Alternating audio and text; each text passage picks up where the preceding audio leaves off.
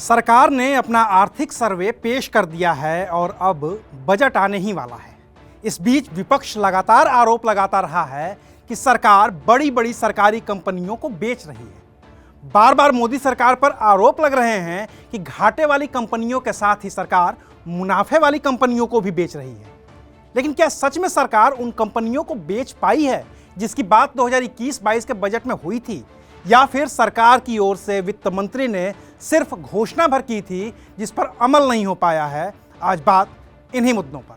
नमस्कार, मैं हूं अविनाश और आप देख रहे हैं अनकट। 2021-22 के बजट भाषण के दौरान वित्त मंत्री निर्मला सीतारमण ने घोषणा की थी कि विनिवेश के जरिए भारत सरकार करीब 1,75,000 करोड़ रुपए जुटाएगी। वित्त मंत्री ने कहा था कि BPCL, Air India, Shipping Corporation of India, Container Corporation of India, IDBI Bank, BEML, Pawan Hans और नीलांचल इस्पात निगम लिमिटेड को बेचकर सरकार पैसा इकट्ठा करेगी।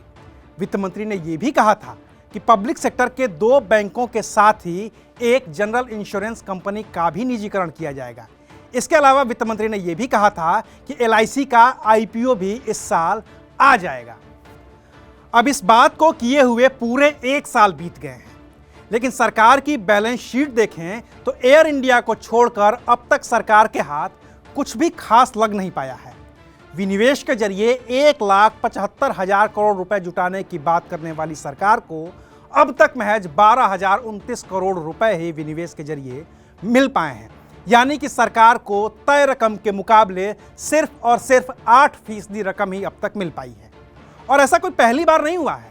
2020-21 में भी वित्त मंत्री निर्मला सीतारमण ने विनिवेश के जरिए 2,10,000 करोड़ रुपए का लक्ष्य रखा था, लेकिन तब भी सरकार को 32,845 करोड़ रुपए ही मिल पाए थे। और सरकार ने सीधे तौर पर इसके लिए कोरोना महामारी को जिम्मेदार ठहरा दिया था। 2020-21 का वित्तीय वर्ष हो या फिर 2021-22 का वित्तीय वर्ष, कोरोना ने अर्थव्यवस्था को भयंकर तौर पर नुकसान पहुंचाया है और ये बात भारत ही नहीं दुनिया पर भी लागू होती है। लेकिन इस साल सरकार एलआईसी का आईपीओ लेकर क्यों नहीं आ पाई, इसका कोई जवाब अब भी सरकार की ओर से नहीं मिल पा रहा है। रही बात कोरोना से पहले की, तो सरकार ने 2019-20 में भी 65,000 करोड़ रुपए के विनिवेश का लक्ष्य रखा था, लेकिन उस साल भी सरकार को अपने लक्ष्य से 14,700 करोड़ रुपए कम ही मिल पाए थे।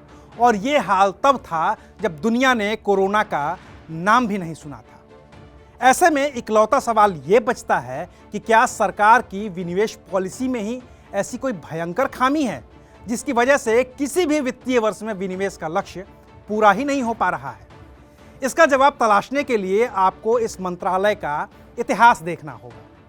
द डिपार्टमेंट ऑफ डिसइन्वेस्टमेंट का गठन 10 दिसंबर 1999 को किया गया था और फिर 6 सितंबर 2001 को इसको नाम दिया गया था मिनिस्ट्री ऑफ डिसइन्वेस्टमेंट। 27 मई 2004 से इस मंत्रालय को भी वित्त मंत्रालय के अधीन कर दिया गया था। 2014 में जब मोदी सरकार सत्ता में आई तो 14 अप्रैल 2016 को फिर से इस मंत्रालय का नाम बदला गया और नाम दिया गया department of disinvestment and public asset management, यानी कि दीपम।